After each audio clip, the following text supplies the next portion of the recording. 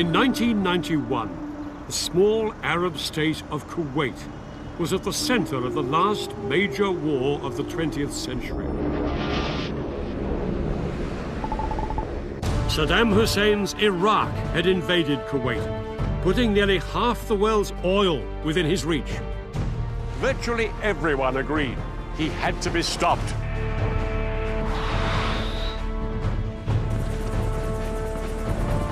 Over 1 million troops faced each other across the battlefield. Revolutionary new technology like stealth bombers, cruise missiles and precision-guided bombs would make this a battle unlike anything anyone had seen before.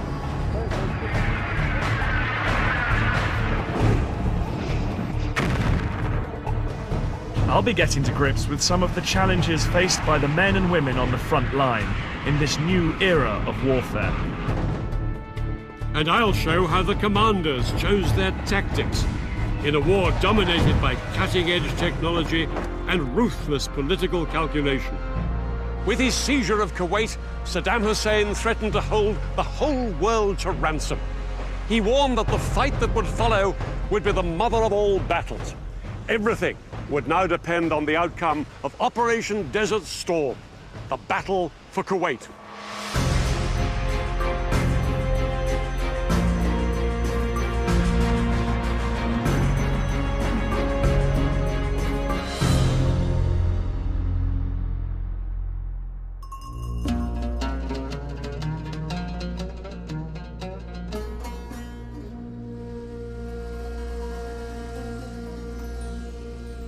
In the early hours of August 2nd, 1990, Iraq's army shocked the world by invading its neighbor, Kuwait. They smashed through the defenses on the border and headed straight down this road towards the capital, Kuwait City. Kuwait's tiny army was unable to mount any serious resistance.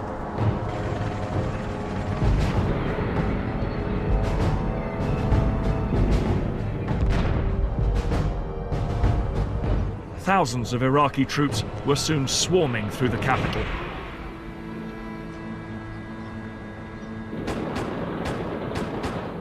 At around 4:30 a.m., just hours after the start of the invasion, Iraqi troops arrived here at the Parliament building.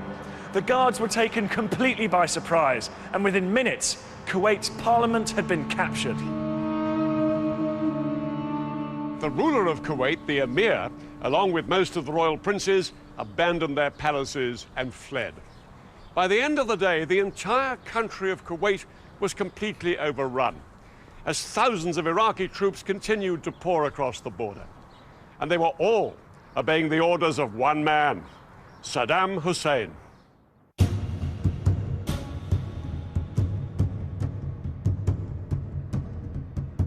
Saddam Hussein was the president of Iraq and a brutal dictator. For 11 years, he had enforced a violent regime that murdered and tortured without hesitation. He'd built up the fourth largest army in the world, with over 1 million troops. But his regime was in serious trouble. Not least because an 8-year war with his neighbor Iran had left him with a mountain of debt.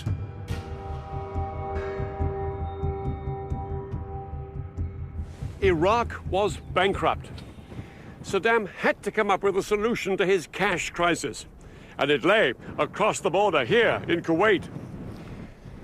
This is Iraq, and here is Kuwait. Kuwait is almost floating on oil. Outside the capital, Kuwait City, oil wells cover much of the country. To the north, there are oil fields on the border with Iraq. Here in the center, the Burgan oil field is the second largest in the world. Altogether, Kuwait held 10% of the world's oil, and it was this vast wealth that Saddam had captured. Together with the Iraqi oil fields that Saddam already owned, he now had control of over 1/5 of the world's oil reserves.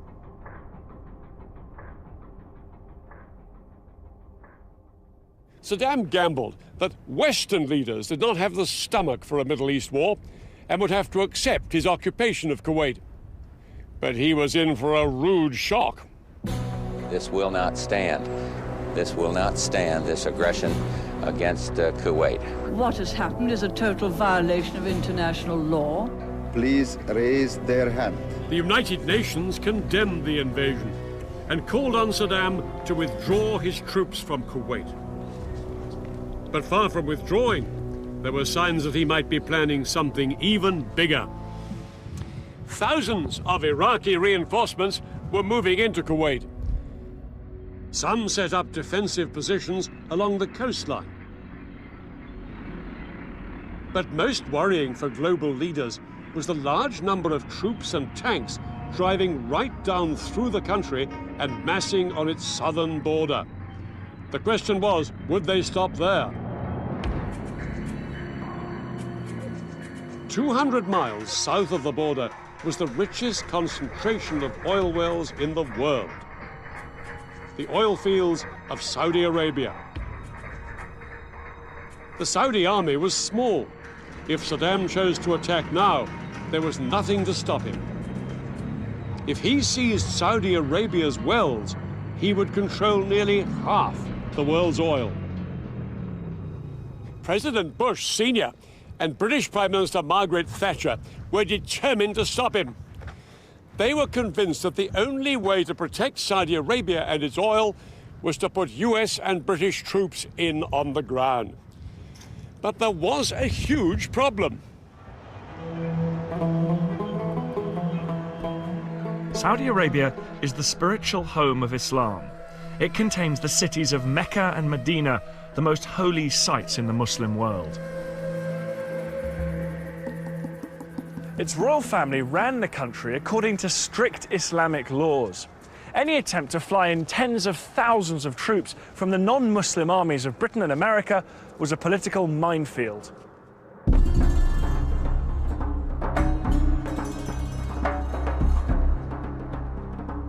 On August the 6th, 1990, just 4 days after Iraq had invaded Kuwait, a top-rank White House team flew to Saudi Arabia to meet King Fahd. They offered to fly in thousands of US troops to defend the kingdom.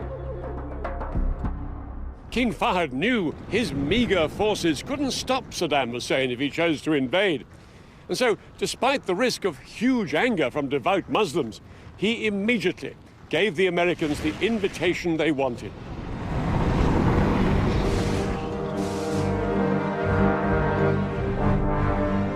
Within hours, one of the biggest deployments of troops since World War II was underway.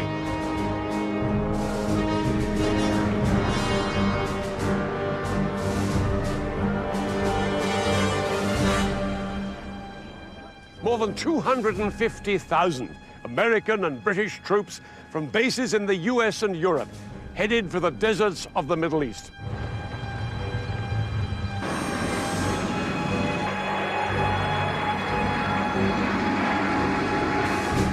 The Americans and British were determined that their stand against Saddam Hussein should be seen as an international operation and not as an American-led attack on an Arab country. In the coming months, troops from over 30 countries would take their place alongside the Americans and British in the Saudi Arabian desert. It was an extraordinary coalition that even included several Arab states like Egypt and Syria. But it was the Americans that dominated. The man in charge was called General Norman Schwarzkopf. He was a giant of a man with a keen intellect. He also had a fiery temper, and he set the tone with one of his first public comments about Saddam Hussein. If he dares come across that border and come down here, I'm completely confident that we're going to kick his butt when he gets here. Schwarzkopf was a tough talker, but he knew he faced a mammoth task.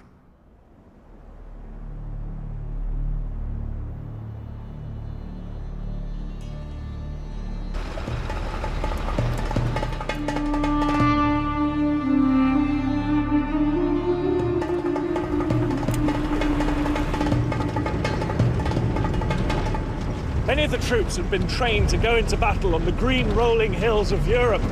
They arrived to find a scorched, barren desert like this one. It was a place few of them had ever imagined they'd have to fight over.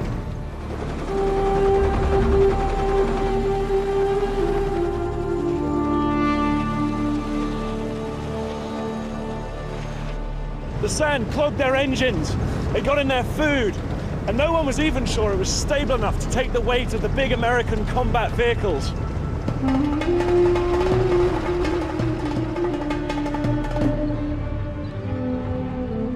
But the biggest problem by far was making sure the Western troops did not offend their Muslim hosts. Even apparently innocent behavior, like female American troops wearing short sleeves, could cause huge offense in a country where women are expected to cover up completely. Troops were issued with instructions on how to behave appropriately in a devout Muslim country. US Army chaplains were even renamed morale officers so as not to cause offense, but it remained a fragile coexistence.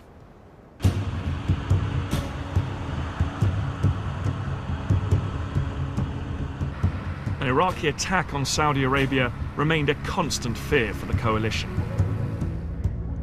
But it was the stories about the actions of Saddam's army inside Kuwait that outraged world opinion. They brought a reign of terror to Kuwait, including summary executions in the street.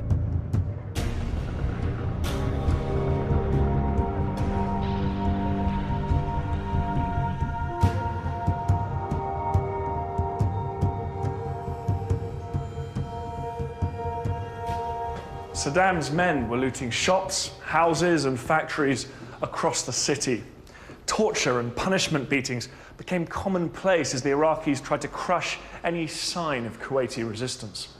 Some resistance fighters were even shot dead in front of their own families as a warning to everybody else not to get involved.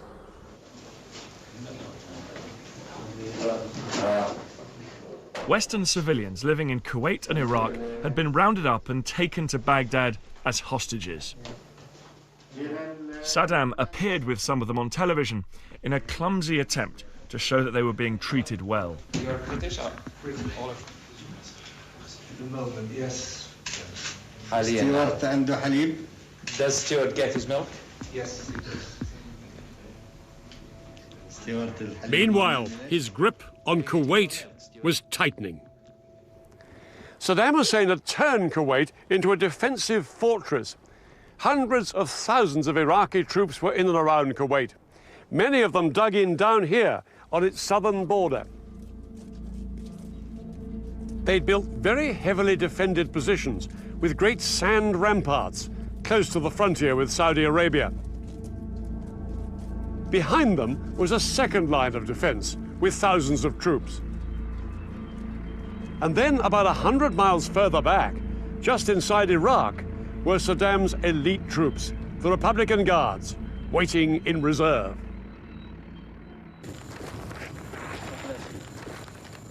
By November 1990, world leaders had run out of patience with Saddam.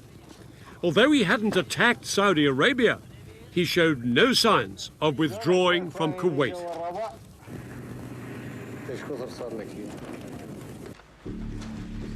So the UN Security Council passed a new resolution that changed the coalition's mission dramatically. 12 votes in favor, 2 votes against, 1 abstention. No longer would the coalition just defend Saudi Arabia. If Saddam's troops had not withdrawn from Kuwait in 6 weeks, the coalition would attack and force the Iraqis out. The countdown to war had begun. For the US military, it was a daunting prospect. They were haunted by the memories of the United States' last major conflict and knew that they could not afford to make the same mistakes again. If one American soldier has to go into battle, that soldier will have enough force behind him to win and then get out as soon as possible. This will not be another Vietnam.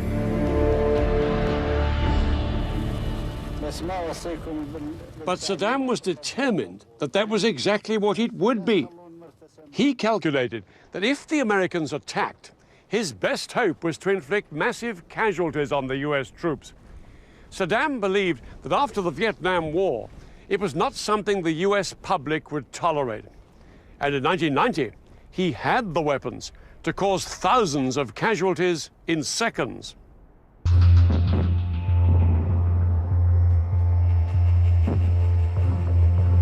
Just 2 years earlier, in March 1988, the Iraqi army had attacked a Kurdish village in northern Iraq, using a mixture of mustard gas and the nerve agent sarin. 5,000 people were killed, and thousands more suffered terrible injuries.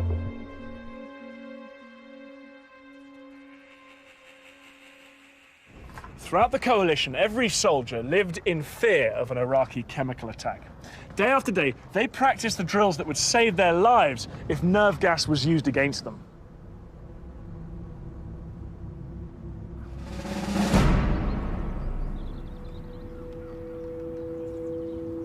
To understand more about what this meant to the coalition troops, I joined a British Army training exercise.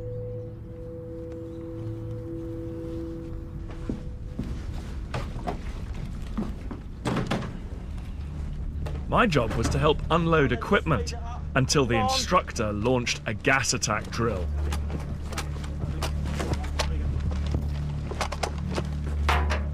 Gas, gas, gas!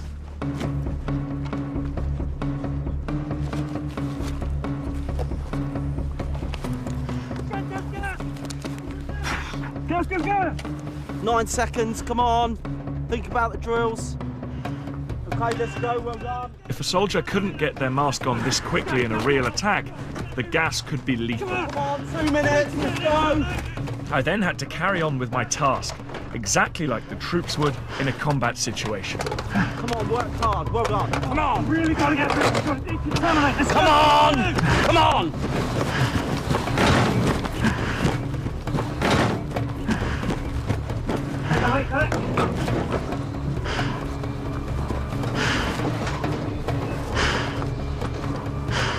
Down this side, down this side.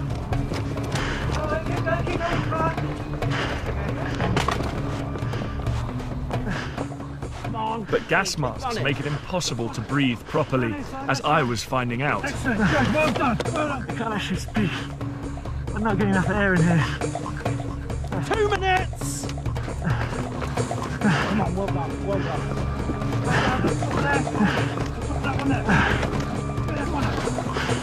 Let's go. Excellent, good, well done. Stand still. Unmask. Come on, that's good. Good, well done.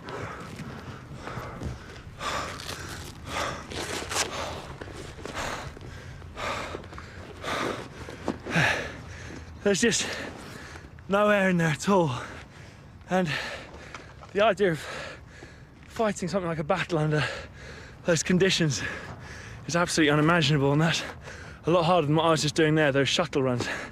The idea of spending hours on hours in this get-up, charging across hills, is extraordinary.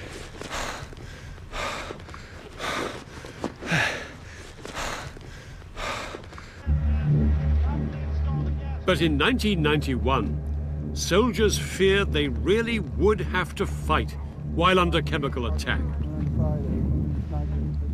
Some of them were already suffering heat exhaustion just from wearing gas masks in training. Schwarzkopf knew that if it came to war, the greatest threat to his troops was Iraq's chemical weapons. And he also knew he would have to minimize American and coalition casualties. The key would be to keep his ground troops out of the battle for as long as possible.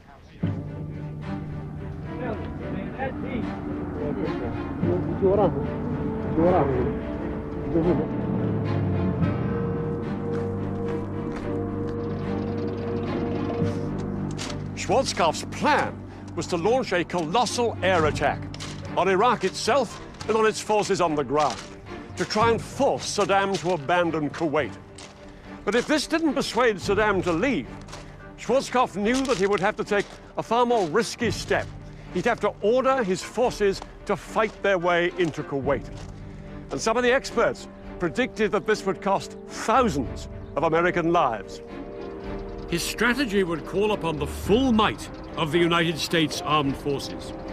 More and more of the world's most sophisticated aircraft, tanks, and weapons were arriving in the Gulf. And 6 American aircraft carriers with over 400 planes would be positioned within striking distance of Iraq and Kuwait.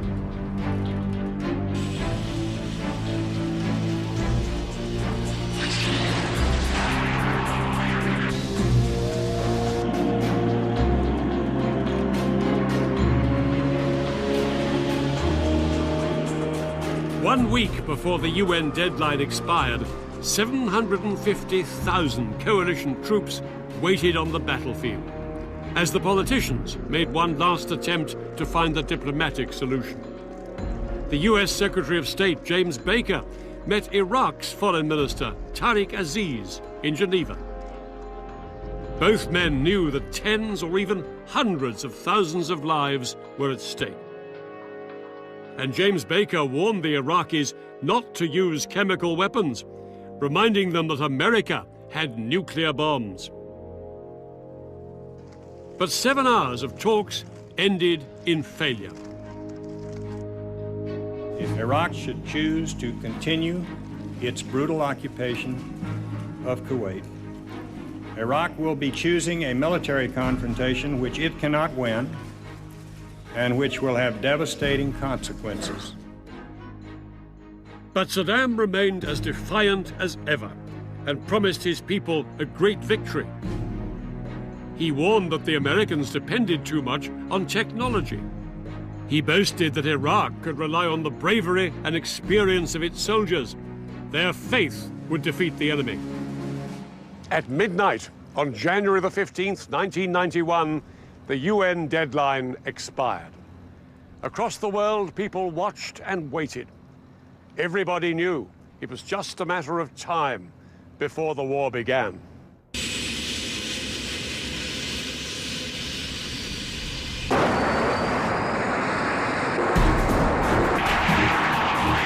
In the early hours of January the 17th, 1991, hundreds of coalition aircraft took to the skies and headed for their targets.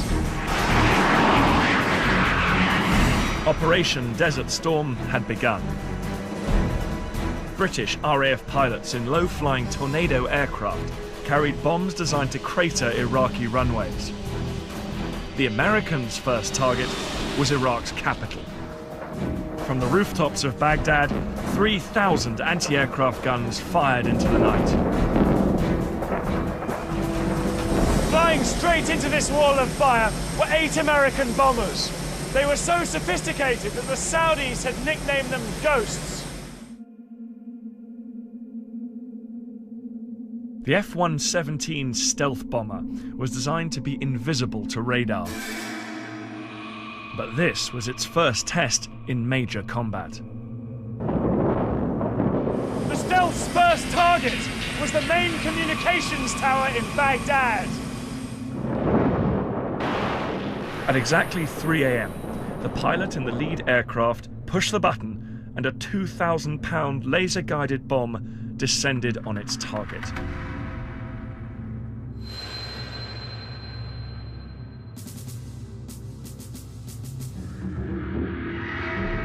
Across the city, the ground shook as 14 more bombs from other stealths hit their targets. The aircraft turned for home. Cruise missiles launched from US warships knocked out the power stations and plunged the city into darkness.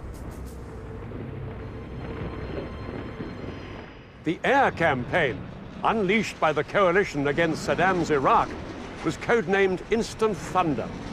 It was the most powerful and focused use of air power in the 20th century. On the first night, coalition aircraft flew over 1,000 sorties.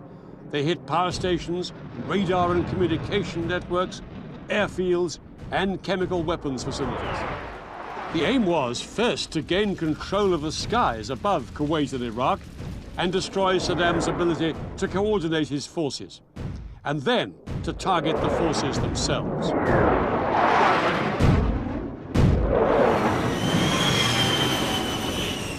Guided in by laser, a bomb launch from planes like these could explode within 3 meters of its target, even from a range of 7 miles.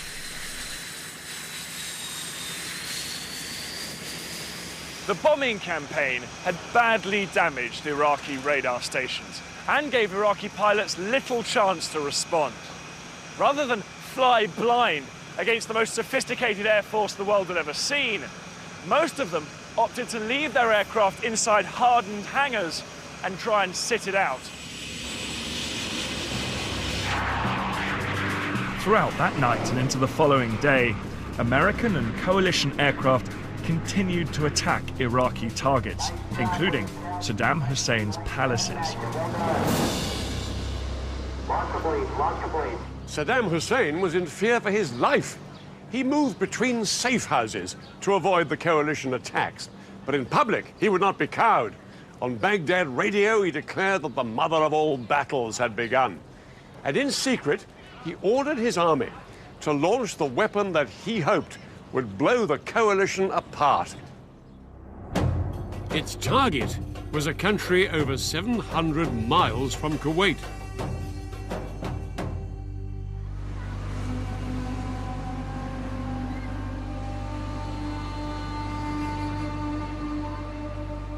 At 2 a.m. on January the 18th, 1991, air raid sirens sounded across Israel.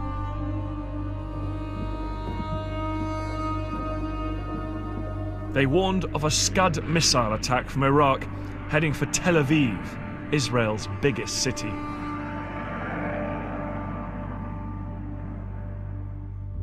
Moments later, the first SCUD hit this factory near a housing estate in a residential suburb of the city. Initial reports from the Israeli army suggested that Israel was under chemical attack. In the confusion and panic, people all over the city put on their gas masks. Some even injected themselves with the antidote to nerve gas. Saddam Hussein's attack on Israel was an act of ruthless calculation. He hoped Israel would retaliate. If it did, Israel would then appear to be on the same side as the Arab nations in the coalition. Saddam's hope was that the Arabs' hatred of Israel would make this unthinkable for them. They would withdraw from the coalition, and the coalition would collapse. From Washington, senior White House officials called the Israeli defense minister, urging him to show restraint. For hours, the whole world held its breath, waiting to see how the Israelis would respond. 8 SCUDs had been fired at Israel that night, and by daybreak, residents were still on alert.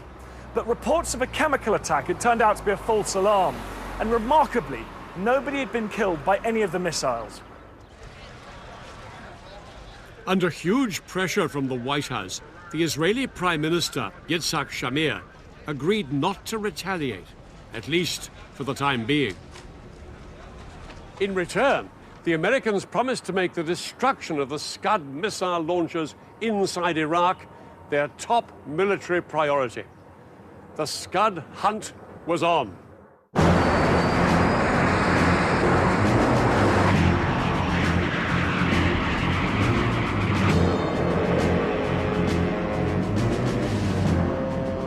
Coalition aircraft began flying around the clock, searching thousands of square miles of empty desert, hoping to spot Iraq's estimated 20 mobile SCUD launchers and then destroy them.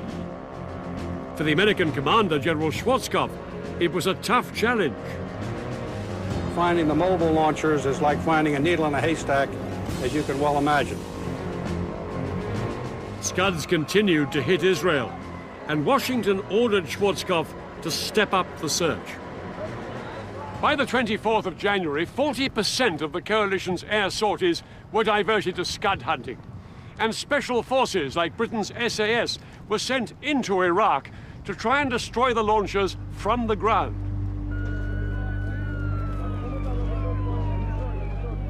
The SCUD attacks on Israel went on, but still they failed to break up the coalition as Saddam hoped.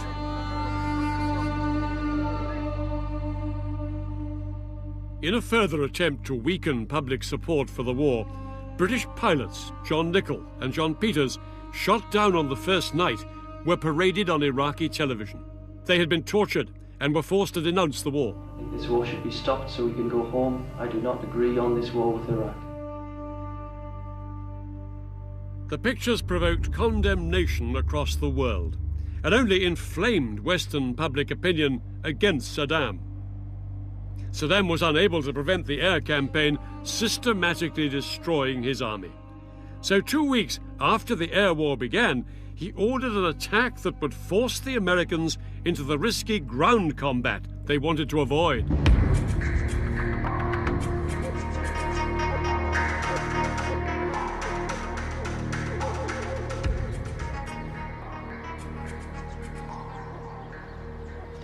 At around 8:30 p.m., Iraqi troops broke cover from their positions here in Kuwait and headed down there towards the Saudi border. Their movement was watched by an unmanned American spy plane, feeding pictures back to its operator. What do we have here? Holy crow. Let's see what they are. Man, this is something. Here we go. Closer, closer. And 2,253 hours. They've crossed the border. Crossed in Saudi Arabia.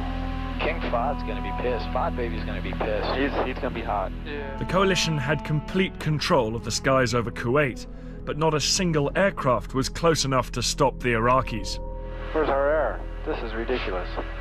Frickin' bomber couldn't ask for any better target than that. The Iraqis took the coalition by surprise. They met little resistance and seized the Saudi town of Khafji, about 10 miles down the road. Go for it. Yep. Right to the right of that.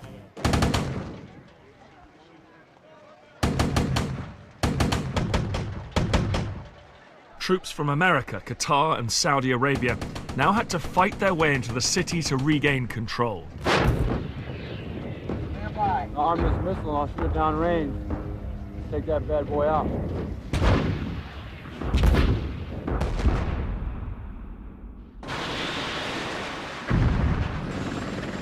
And when air support finally arrived, they had a decisive advantage.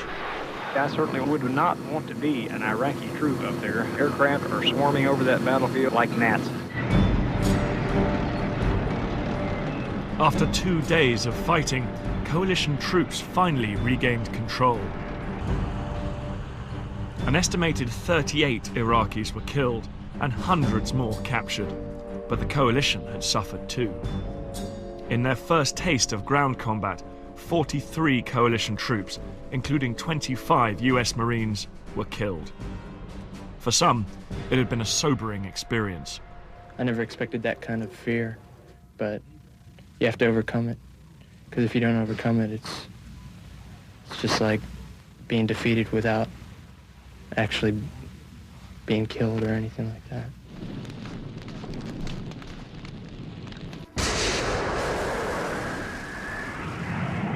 But with Khafji back in coalition control, world attention turned once again to the air campaign, which was now in its 4th week.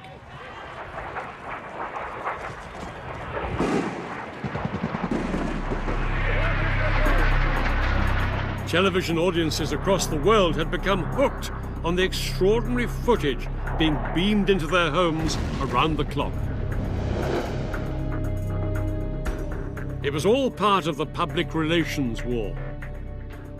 After their experiences in Vietnam, American commanders knew that unfavorable coverage might damage public support for the war. So they carefully managed what was actually seen by the watching world. Splash. That was an excellent splash.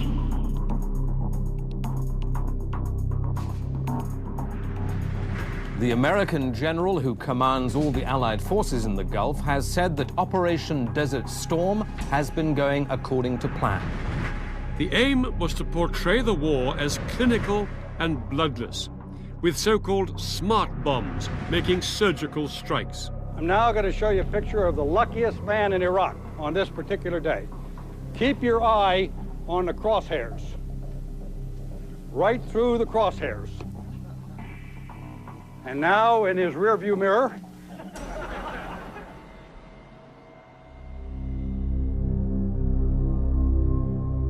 But the laughter was about to end. In the early hours of February the 13th, 1991, 2 stealth bombers flew towards the Al Amariya bunker in the suburbs of Baghdad on what was supposed to be a routine mission. Shortly after 4:30 a.m., they released 2 laser-guided bombs. Exactly as planned, the bombs dropped down a ventilation shaft and exploded deep inside the bunker to maximize destruction. The trouble was, it was packed with over 400 civilians. American criminals! Why? For what the war? For what the war? Hundreds had been killed, many of them children. Pictures of the disaster were broadcast around the world. I lose my wife and my children. Is that fair?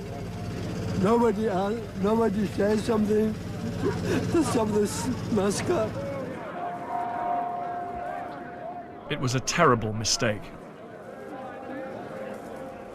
Coalition air planners had believed that the Al Amariya bunker was being used by Iraqi commanders, not civilians. These images of so many dead civilians and their distraught relatives shattered the myth that this was a bloodless war, and it forced Schwarzkopf to curtail the bombing of Iraqi cities for fear of causing more civilian casualties.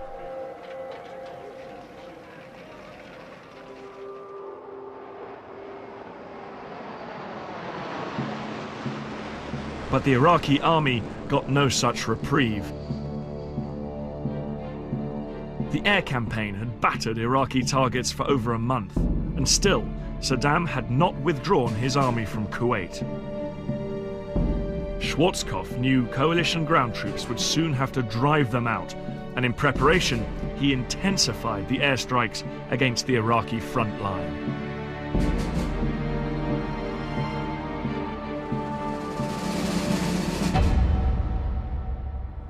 There was nothing smart about this bombardment.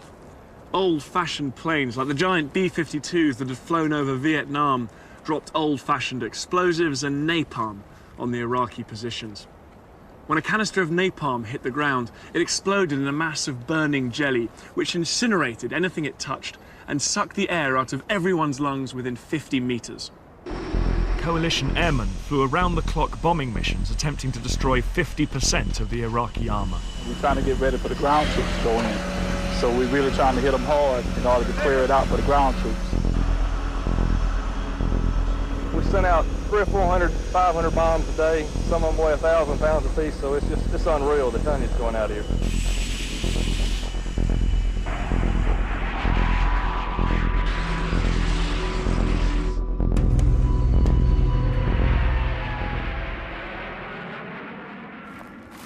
In retaliation for the coalition's continuous aerial bombardment, Saddam Hussein unleashed a new kind of destruction.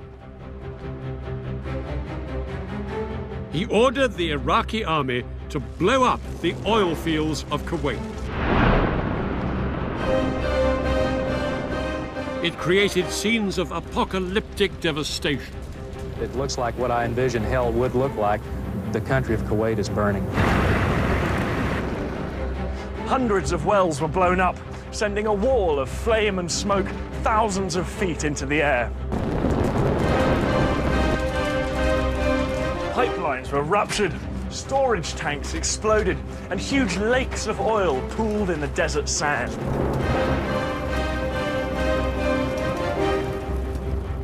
Choking black clouds filled the air, and day turned to night as the smoke blocked out the sun.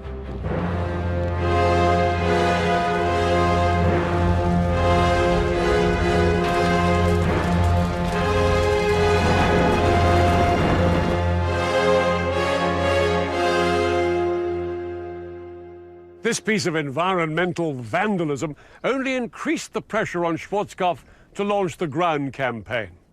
His plan was a masterpiece of strategic deception. The main attack would appear to come down here, across Kuwait's southern border. 40,000 American Marines would thrust up into the Iraqi defenses. Alongside them, troops from other coalition countries, including large forces from Syria and Egypt. Their job was to make Saddam think they were just the start of a much larger attack from here in the south. But Schwarzkopf's main blow would come not from the south, but from the west. Under the cover of the air war, he had secretly shifted the bulk of his army, 1,500 tanks and nearly 300,000 men, up to 300 miles off to the west to launch a giant left hook. His main heavy tank force, with Britain's men and tanks on their right flank, were waiting for the signal to burst into Iraq and swing east into Saddam's Republican Guard divisions, dug in on the Kuwait-Iraq border. Schwarzkopf's men had a double mission: to liberate Kuwait and to so weaken the Republican Guard and the Iraqi army that they could never cause trouble in the area again. On the 24th of February, 1991, the ground attack began.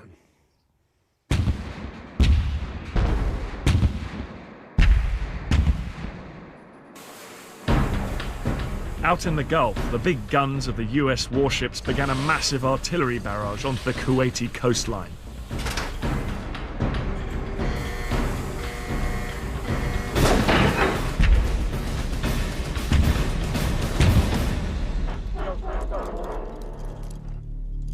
But the real attack would come from the ground troops.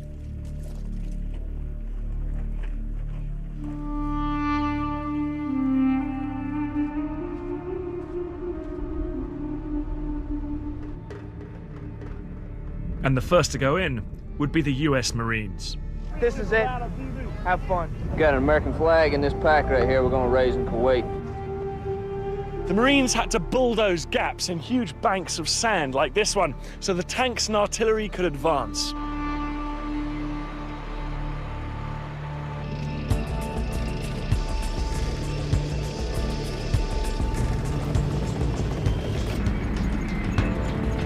As the first troops went in, none of them knew what would happen.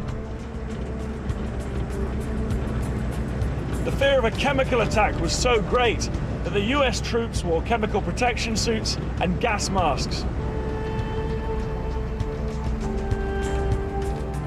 In front of them, they expected vast minefields and tens of thousands of Iraqi troops in heavily defended, entrenched positions.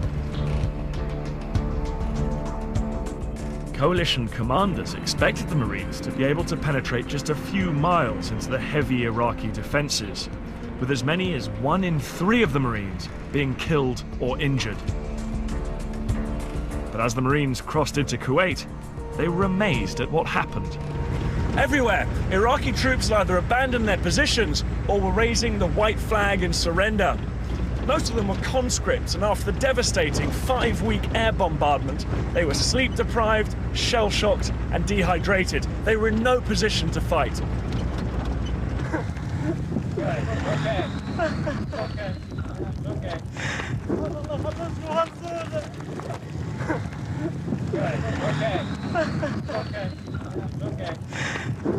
All right.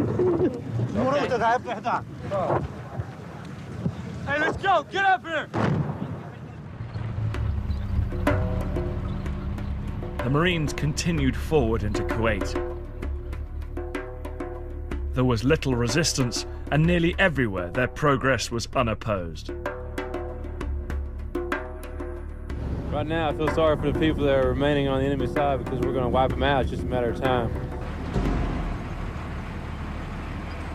The Marines were scoring a major success in their thrust up here into Kuwait, almost too successful. They and the Arab forces to the east and west of them were fast heading for Kuwait City. There was now a risk that some of the crack Iraqi units, like the Republican Guard up here, might retreat before Schwarzkopf's army could destroy them.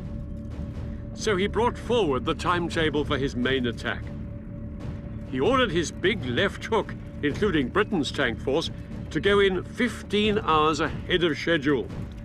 The British would go for Kuwait, and the US tanks would head for the Republican Guard.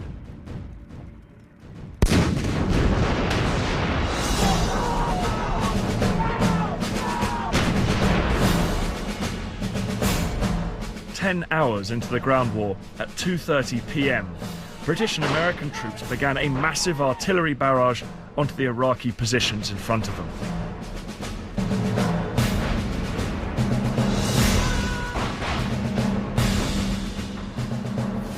One of their key weapons was the multiple launch rocket system.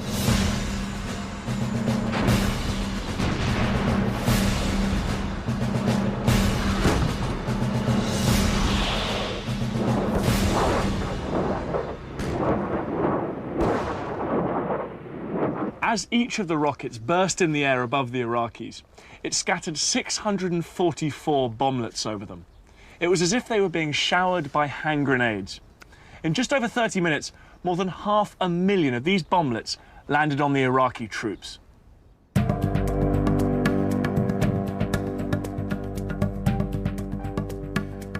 As the artillery died down, more than 150,000 coalition troops and over 1,500 tanks began their advance. Saddam knew he couldn't keep Kuwait much longer, but he was still determined to show the Americans he had the capacity to hit them where it hurt. He ordered his troops inside Kuwait to counterattack against the US Marines.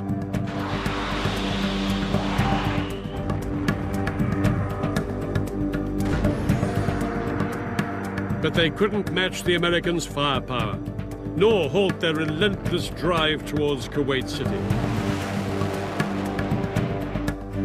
However, Saddam still had one last sting in his tail.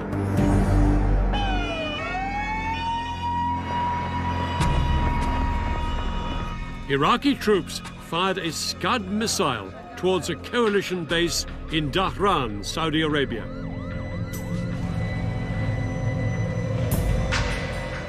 The resulting explosion killed 28 Americans, and 100 were left wounded. These ambulances has to go up there.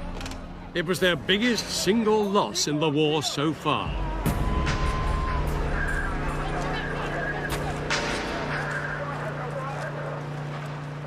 Despite this incident, the British and American troops had to keep up the speed of their advance.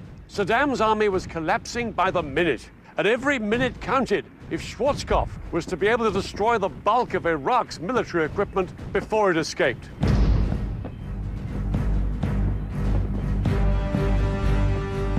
Schwarzkopf's main armored thrust had swept across 100 miles of Iraqi desert west of Kuwait and closed in on Saddam's elite Republican Guard.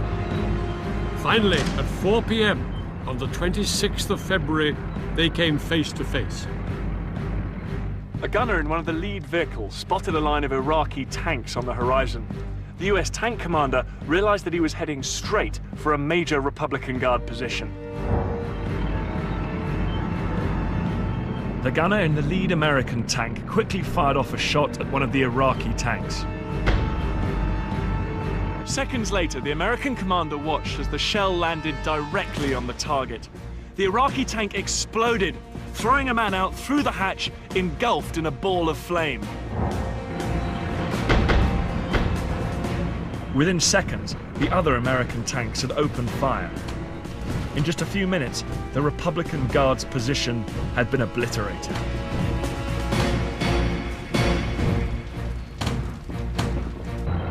The Iraqi tanks had been utterly outgunned. The American tanks could score a hit on the move from over 2,000 meters away. Iraqi tanks were only accurate below 1,700 meters, and they had to be stationary. Within a couple of hours, over 50 Iraqi armored vehicles were destroyed, with few American losses. Throughout the night, the Americans pursued the Republican Guard.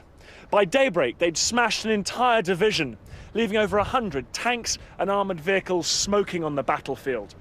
The remaining Republican Guard divisions made a desperate retreat, and the Americans continued to hunt them down. It looked like the Americans now had the Republican Guard at their mercy. But something had happened inside Kuwait that would help save them from destruction.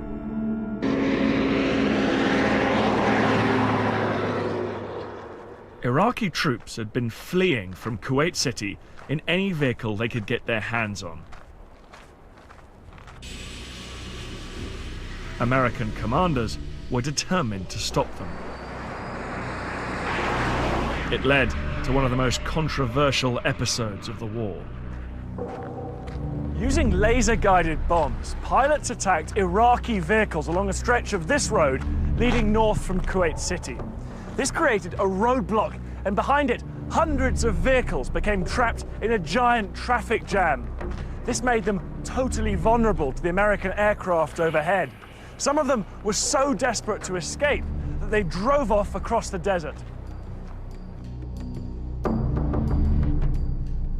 Every available American aircraft was ordered into the attack, with devastating results.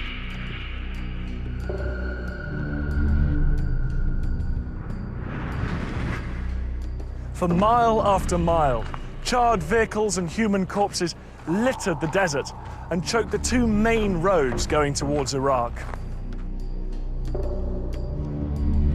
An estimated 2,000 vehicles were destroyed. Only very few of them were tanks or armored personnel carriers. Most were civilian vehicles stolen by the Iraqi army as they fled Kuwait City. Nobody knows how many hundreds or thousands of Iraqis died in the attacks. The American leadership realized that pictures like these would soon be on television around the world, and they feared it would look like a massacre. This would become a key factor in deciding when to end the war.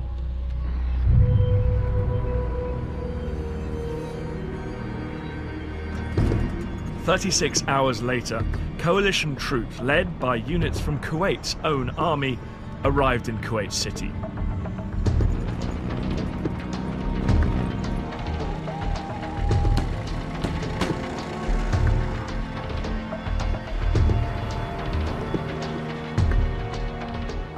The streets soon filled with vehicles as people celebrated the end of the Iraqi occupation. Welcome in Kuwait! Welcome, Mr. Bush! Welcome!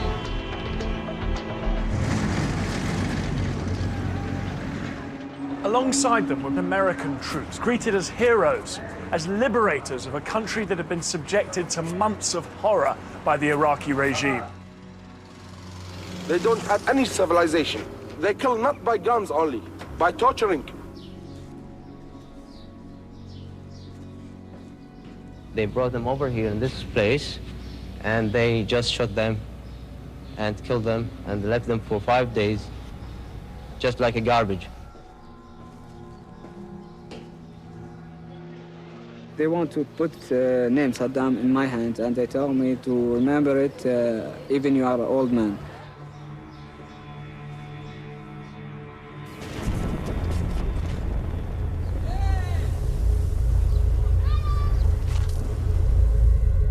With the liberation of Kuwait, the main political goal of the war had been achieved. But the Republican Guard had not yet been destroyed. However, President Bush feared that continuing to bomb a retreating enemy might give the impression that America was behaving like a bully. And so, on February the 28th, 1991, Bush declared a ceasefire.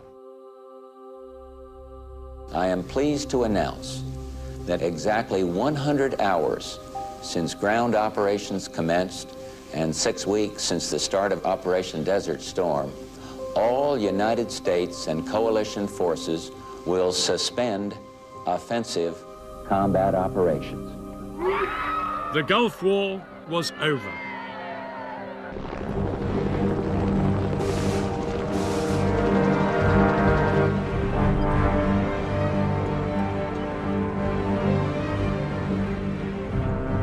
Within weeks, tens of thousands of coalition troops began the long journey home. All of them grateful that the mass casualties they'd feared had never materialized.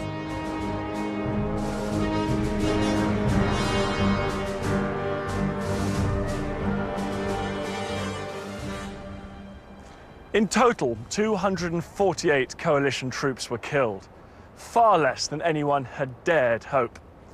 Nobody knows how many Iraqis died, though some estimates put the figure at over 30,000, including 3,000 civilians.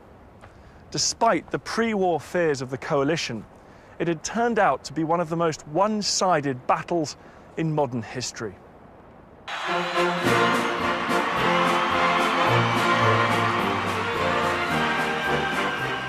Schwarzkopf and his men returned home to a hero's welcome.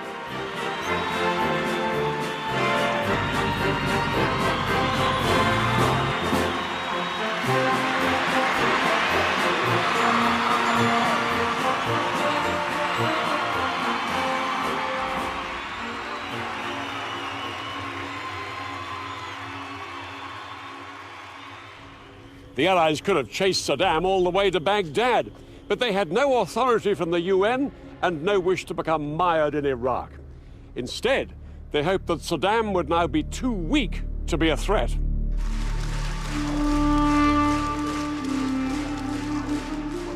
But Saddam's regime did not crumble as the Americans hoped. He crushed two uprisings that followed the end of the war and remained in power for another 12 years. Several thousand US forces remained in Saudi Arabia to keep watch on Saddam's army. Osama bin Laden has claimed that it was this presence of US troops in the Muslim Holy Land of Saudi Arabia that motivated him to launch a series of attacks against American interests. This culminated in the events of September the 11th, 2001. President Bush's son, George W. Bush, was now in the White House, and in response to the 9/11 attacks, he declared a global war on terror. As part of this war, he launched a US and British-led invasion of Iraq in 2003, which ousted Saddam Hussein from power. Thousands of British and American troops remain in Iraq to this day, dealing with the consequences. No one knows when they will return home.